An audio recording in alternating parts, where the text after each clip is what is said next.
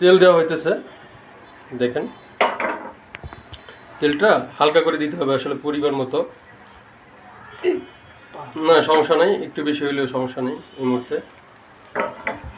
হালকা পড়ছে, সমস্যা নাই, ঠিক আছে। এই যে ডিমের এটা গোলানো হয়েছে, এই যে লেবু আছে, তারপরে হচ্ছে এই যে অলরেডি একটা ভাজা হয়ে গেছে, খাবো। আর হচ্ছে এই যেখানে আলুর দমটা আছে, আর সাথে হচ্ছে আমাদের আজকে আবহাওয়ার সাথে যেটা মিলছে এটা হচ্ছে এই যে স্পেশাল খিচুড়ি। এটা কামরুলের স্পেশাল খিচুড়ি, এটা আমরা আগেও অনেক খেয়েছি, আজকেও খাবো। এই জন্যই আসলে স্পেশালভাবে আজকে রেডি করছি।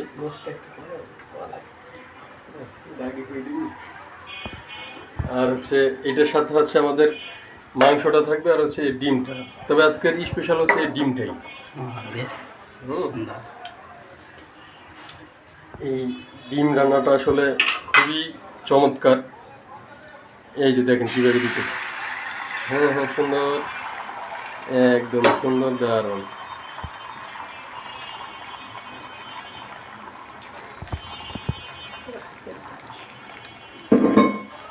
এই যে দেখেন এটা রান্নার একটা প্রসেস আসলে প্রসেসটা হচ্ছে যে ওই চুলা জালটা খুবই হালকা করে দিতে হবে।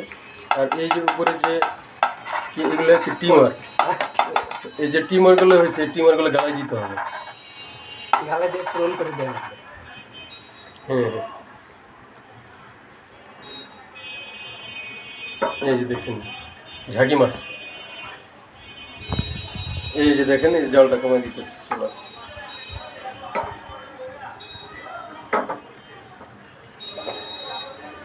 সেই লাগতেছে তো এখানে।